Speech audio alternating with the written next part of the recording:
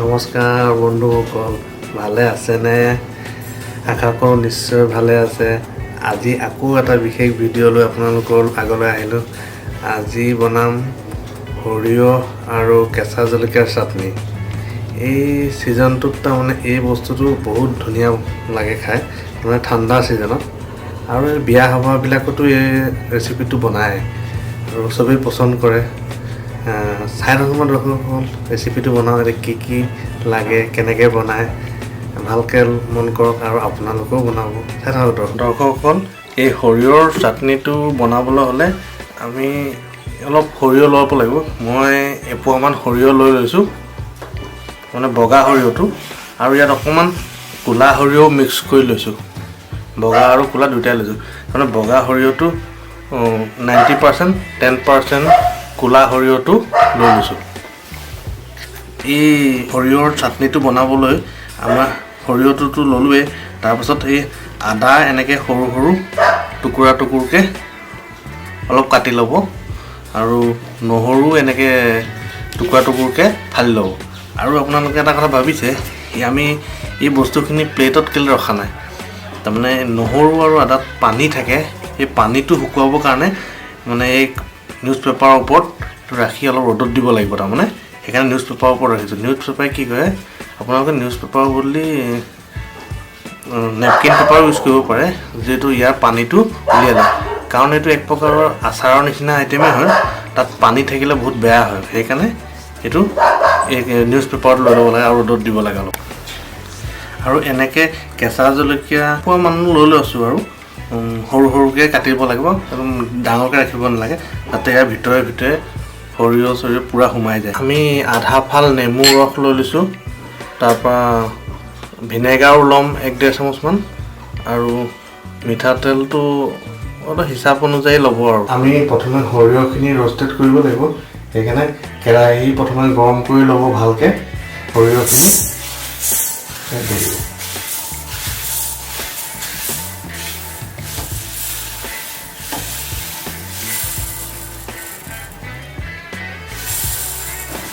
সৰিয়হখিনি প্ৰথমে ধুই লৈ পিনি অলপ ৰ'দত দিব, তাৰপাছত ৰ'ষ্টেড কৰিব।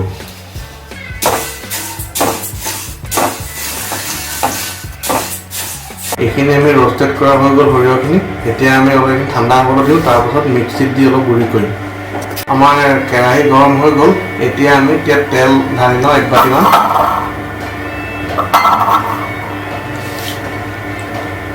আমাৰ তেল গৰম হৈ গ'ল, এতিয়া আমি কেঁচা জলকীয়াখিনি কাটি থৈছিলোঁ যে সৰু সৰুকৈ, সেইখিনি দিম এতিয়া। আৰু বেছি হিট হৈ গ'লে গেছটো বন্ধ কৰি দিম।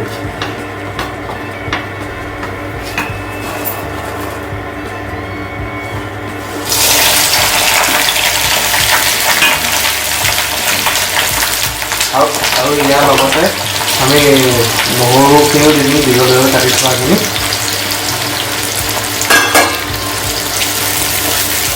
অলপ লৰাই থাকিব।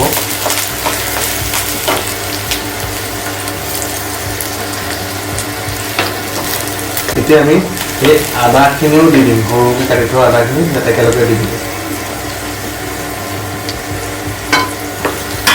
এতিয়া আমি ইয়াত নিমখো 1 চামুচ দি ল'ম।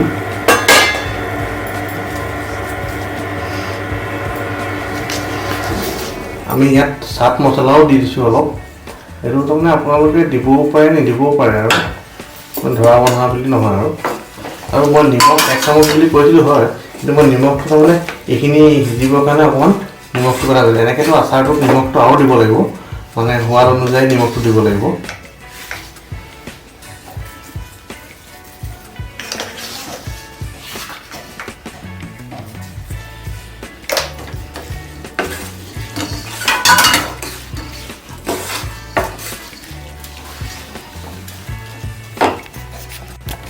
এইখিনি আমাৰ জলকীয়া, আদা, নহৰু এইবিলাক হৈ গৈছে, আৰু এইখিনি অকণমান আমি ঠাণ্ডা হ'বলৈ দিব লাগিব। ঠাণ্ডা হোৱাৰ পাছত আমি ইয়াত সৰিয়হখিনি পিচিব লাগিব, পিছাৰ পাছত মিলাম।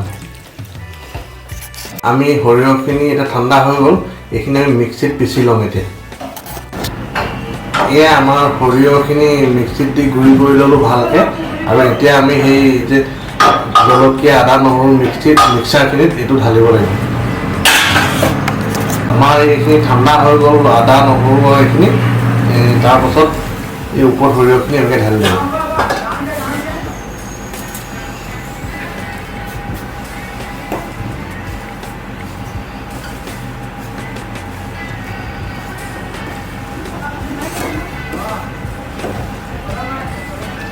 এইটো আচলতে এক প্ৰকাৰৰ মানে ৰেচিপিটো আচাৰেই হয় ইয়াক আচাৰ টাইপতে ইউজ কৰিব পাৰি আৰু কেইবাদিনো থৈ দিলেও এই বস্তুটো বেয়া নহয়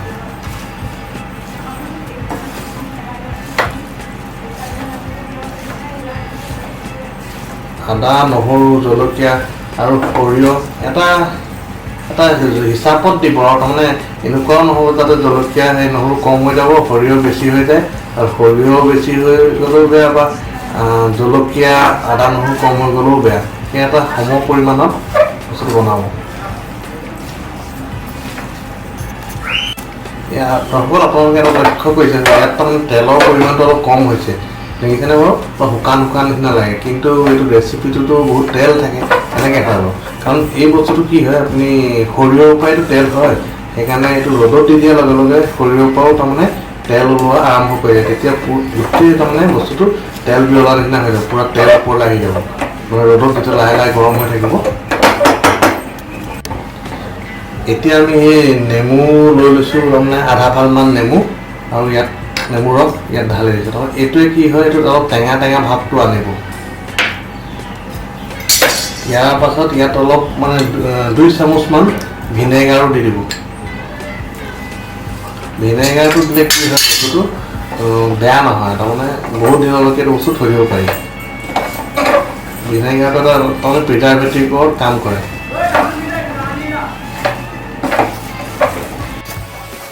আমাৰ এয়া সৰিয়হ আৰু জলকীয়াৰ মানে আচাৰ বুলিও ক'ব পাৰি বা কি হৈ গ'ল ইয়াৰ পৰা খোৱা আৰম্ভ কৰিব পাৰে এইটো আপোনালোকে এসপ্তাহ 15 দিনো ৰাখিব পাৰে একো বেয়া নহয় কিন্তু ৰ'দত দি থাকিব তেতিয়া ৰ'দত নিদিলে কিন্তু অলপ মানে সেমেকা ভাৱটো আহি গ'লে কিন্তু বেয়া হোৱাৰ চান্স